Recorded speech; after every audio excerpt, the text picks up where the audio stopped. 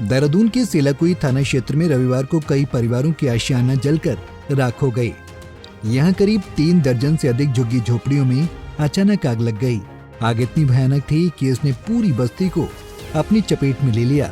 हालांकि तत्परता दिखाते हुए पुलिस टीम ने आग में फंसे लोगों को तो सकुशल रेस्क्यू कर लिया, लेकिन उनके सब जरूरी सामान जलकर राख हो गए।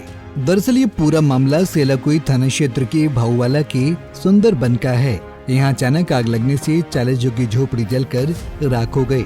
गनीमत ये रही कि इस दौरान कोई जानमाल की हानि नहीं हुई। वहीं जब आग की लपटें पूरी बस्ती को अपने आगोश में ले रही थी, उसी दौरान वहाँ चारों ओर कोहराम मच गया।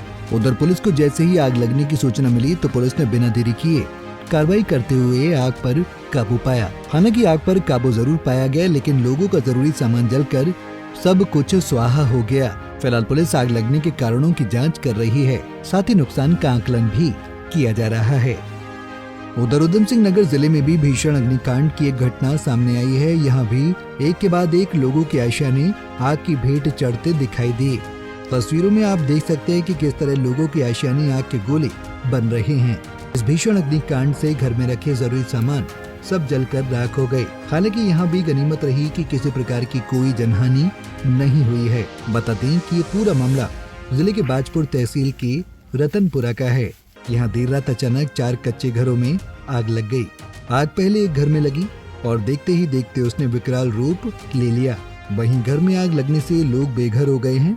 स्थानीय लोगों ने प्रशासन पर भी आरोप लगाए हैं कि अब तक उनकी सुध लेने कोई नहीं पहुंचा है। उनका कहना है कि सुबह से ही वो भूखे हैं।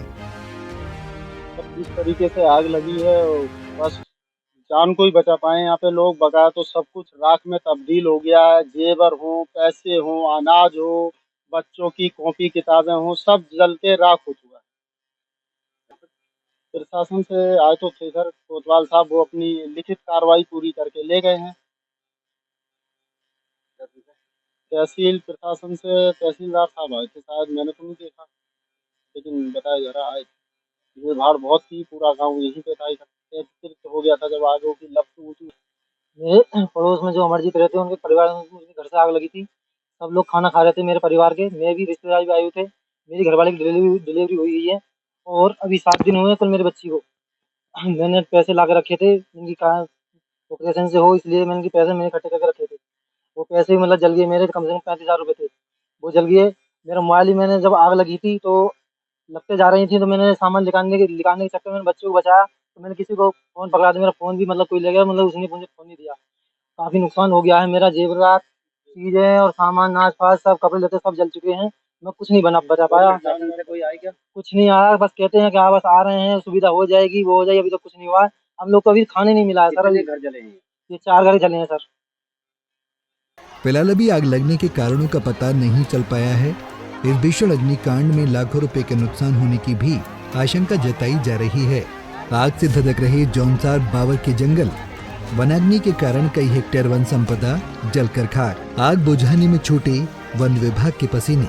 एक तरफ रविवार को भीषण अग्निकांड की बड़ी घटनाएं सामने आई, तो दूसरी तरफ हिमालय के आंचल में बसे जौनसार बावर के जंगल लगातार आग से धधक रहे हैं।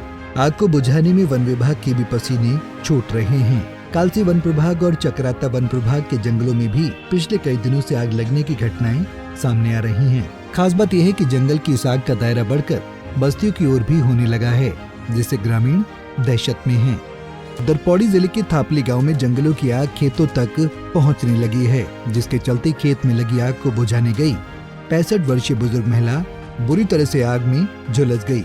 आनन फानन में महिला को जिला अस्पताल लाया गया, जहां डॉक्टरों ने उसकी गंभीर हालत को देखते हुए उसे एम्स ऋषिकेश रेफर कर दिया। महिला की स्थिति गंभीर होने के कारण महिला ने एम्स ऋषिकेश में रविवार को दम तोड़ दिया। मेरी चूँकि ये इंसिडेंट इस रीज़न से हुआ कि फायर को कंट्रोल करने के लिए एक एज्ड महिला अपने खेत में बुझाने के लिए गए और वो झुलस गए। तो मेरी आप लोगों से यही अनुरोध रहेगा सामान्य नागरिकों से कि सारी सतर्कता बरतते हुए यदि कोई सूचना दी जानी तो पहले वन विभाग को इस संबंध में सूचित कर दिया जाए, आपदा कंट्रोल रूम में बता दिया जाए, ताकि इस तरीके की अप्रिय घटनाओं को रोका जा सके।